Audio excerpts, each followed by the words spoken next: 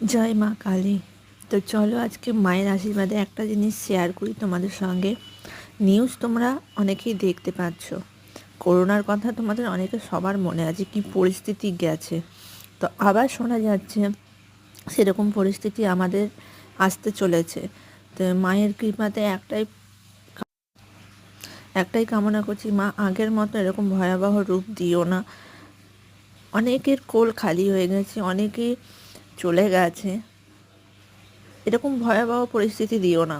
চলে যাওয়ার থেকে মানুষের যে খাওয়া দাওয়া চলাফেরাতে যে প্রবলেম হয়, তাতে মানুষ নিজেরাই সুসাইড করে দেয়। কারণ কারণ যারা দিন আনে দিন খায়, তাদের রেগুলার টাকা, দোকান দেয় তাদের রেগুলার টাকা, তাদের অনেকের প্রবলেম হয়, সেই প্রবলেমের দরুন অনেকে তাদের জীবনটা দিয়েও দিয়েছে। সেরকম পরিস্থিতি মা এনো না।